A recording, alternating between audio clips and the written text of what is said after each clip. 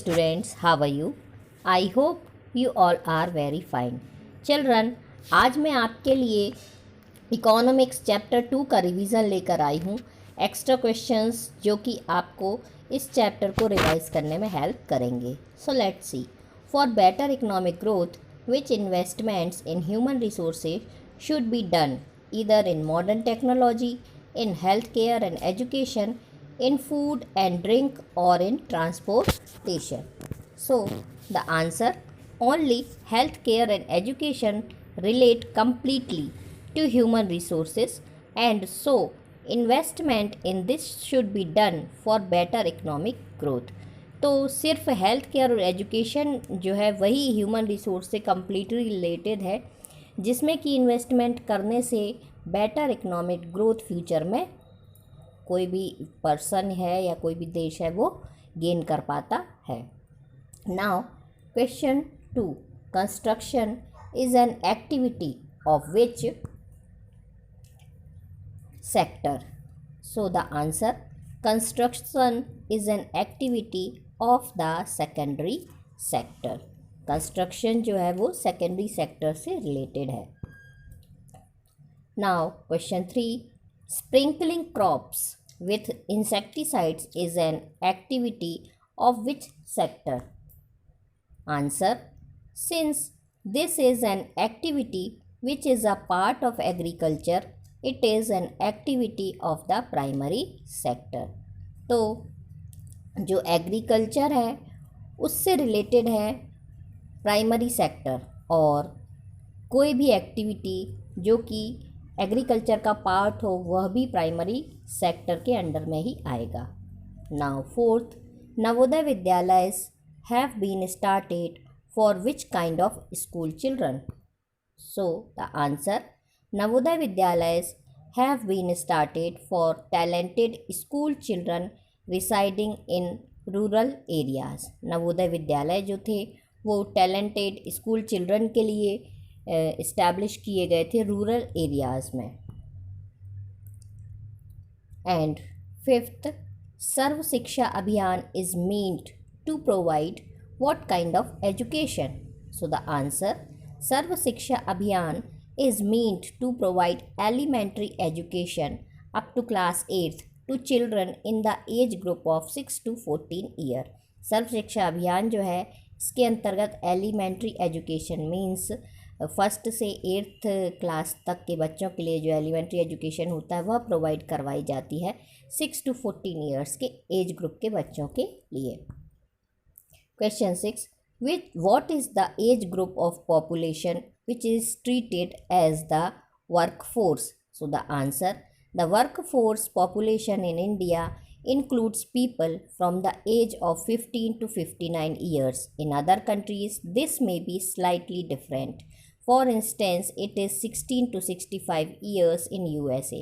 अब पॉपुलेशन जो कि वर्क फोर्स के नाम से जानी जाती है वह हमारे देश में भारत में 15 से 59 ईयर्स के लोगों को गिना जाता है, और 15 ईयर्स से कम और 59 ईयर्स से ऊपर के जो लोग होते हैं 15 ईयर्स से कम जो बच्चे होते हैं वो, और 59 ईयर्स से ऊपर के जो लोग होते हैं वो, उनको वर्क फोर्स पॉपुलेशन के अंडर में नहीं रखा जाता है, क्योंकि वो उन्हें जो है इंडिपेंडेंट नहीं मान के दूसरों पर आश्रित माना जाता है हमारे देश में।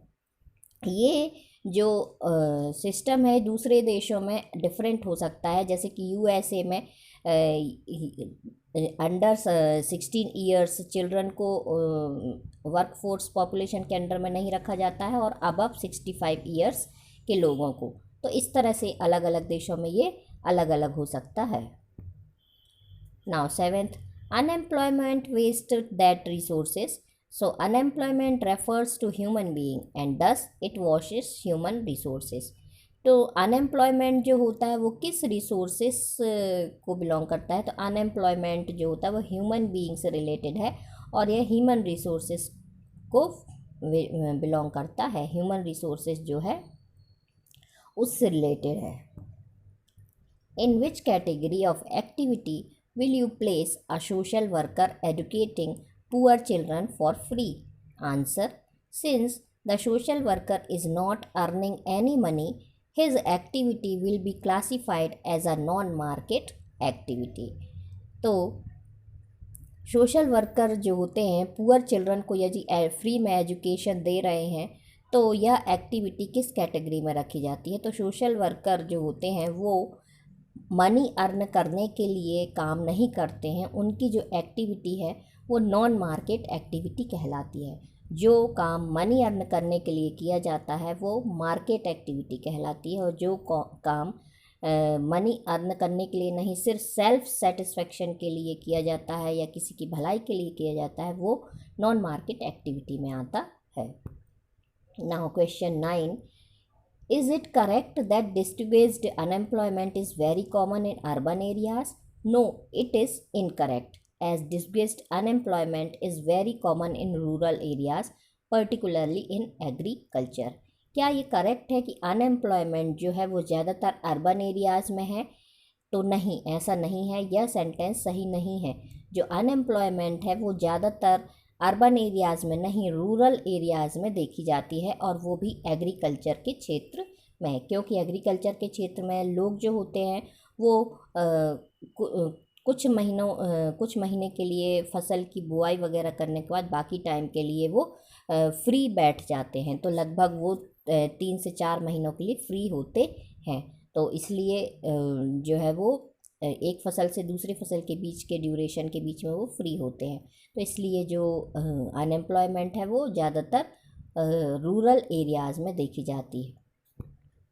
Now question 10, when we refer to a woman as a resource, we are referring to which of her skill? Answer, when a person is referred to as a resource, it refers to that person's productive skill and abilities. अब देखिए, इसमें बोला गया है कि यदि हम women को एक रिसोर्स के रूप में देखें तो उनकी क्या स्किल्स को देखा जाएगा। तो कोई भी पर्सन, चाहे मैन हो चाहे वीमन हो, यदि उन्हें रिसोर्स माना जा रहा है तो उनकी जो प्रोडक्टिव स्किल है और जो एबिलिटीज़ है वो उसके अकॉर्डिंग ही उन्हें रिसोर्स माना जाता है। जैसे कि एक डॉक्टर है, एक इंजीनियर्स हैं, तो ये जो है एक कंट्री के लिए एक रिसोर्स होते हैं। लेकिन एक होम मेकर जो लेडी है वह फिर एक कंट्री के लिए रिसोर्स नहीं है, वो अपनी फैमिली के लिए जो है वो हेल्पफुल है। तो चिल्ड्रन, इस तरह से हमने क्वेश्चंस देखे। ये क्वेश्चंस एक्स्ट्रा हैं, चैप्टर के बीच में से हैं, जो कि आपको हेल्प करेंगे आपकी स्टडीज़ में और इन चैप्टर्स के रिवीजन में। चिल्ड्रन, इसके बाद हम नेक्स्ट वीडियो में नेक्स्ट टॉपिक को देखेंगे।